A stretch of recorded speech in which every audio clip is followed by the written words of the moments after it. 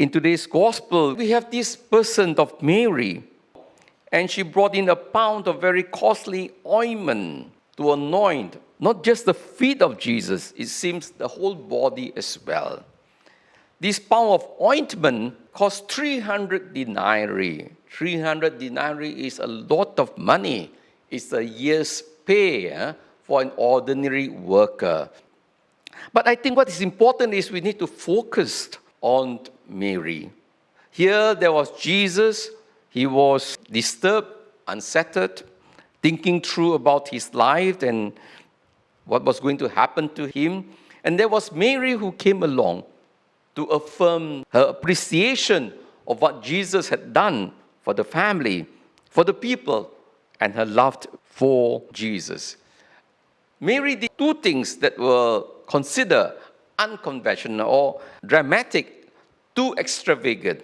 First, of the extravagant love that Mary showed to Jesus in using the ointment, 1 year's wages, to anoint the feet of Jesus and presumably the head as well.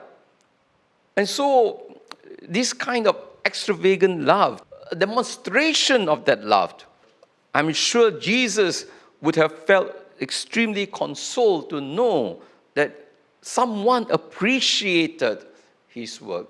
Someone appreciated what he was doing. And I think it's true very often in life, especially when we work hard and people reject us. We don't feel like working anymore. We don't feel that we are encouraged.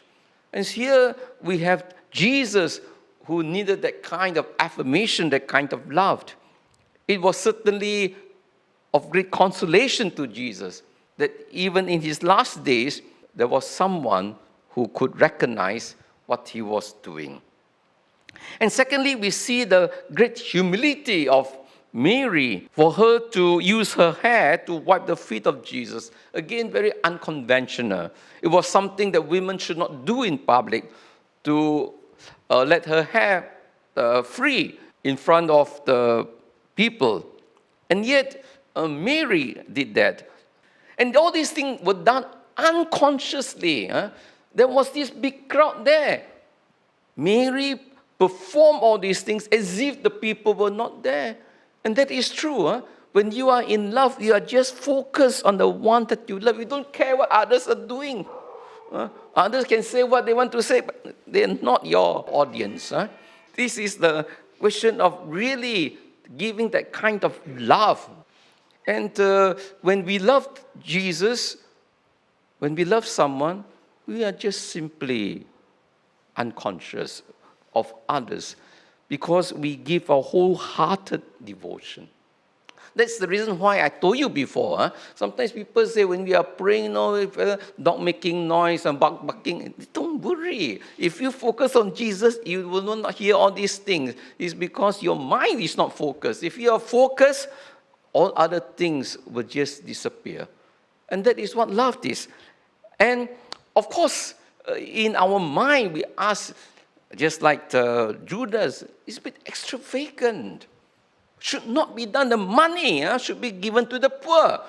And we can understand when Judas made that kind of remark or that kind of thinking, certainly the people around would have agreed with him. He was the treasurer as well. I mean, it's a bit irresponsible, isn't it, to waste it on Jesus? 1 whole year's wages can help so many poor people. That was in his mind. Of course, St. John tells us Judas had the wrong motive, actually. But the point was, should it be done? The question is, how we draw the line? So there are certain things in life that are very personal, honestly. Love is not a logical thinking.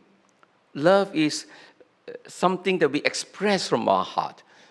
It is beyond logic. It is something that we want to show, and because we love, we want to express the depth of what is inside our heart. And so this is where we can say the Lord affirms Mary in what she did. And we are told the ointment fills the room in the sense that what Mary did today still is being commemorated throughout the world. her love for our Lord. So when it comes to love for our Lord, we do not count. We want to give the best. That's the point. When you love, you want to give the best. But of course, a man who does not love Jesus, just like Judas, then we become calculative. Then we begin to think it in a very rational way because there is no love. But what is also important is this. I think in a lesson we can learn. Jesus said, leave her alone. She has to keep these sand for the day of my burial. You will have poor with you always. You will not always have me. The point is this. If we use too much of our head, a day will come when it's a bit too late. You miss the opportunity to show that love. You miss the opportunity to care. And so Jesus, of course, these people did not know that he was going to die soon. But if they knew, they would not have grudged Jesus.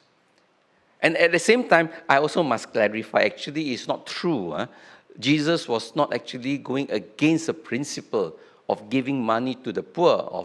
The poor has to be helped first. But Jesus was among the poor. Why? Because he was dying. In the Old Testament, you must give charity to the poor. That is very important. But burying the dead is also an act for the poor. And actually, she was preparing the body of Jesus. And so Jesus, again, he was among the poor. And that is why, remember, in the gospel, someone wants to follow Jesus. He says, I want to follow you, but let me bury my father first. Burying the father, devotion to the father, to the parents, is second after serving God. So in that sense, Jesus was not actually going against the principle that the poor must be helped. Since at that moment, actually what Mary did was actually taking care of his body for his burial.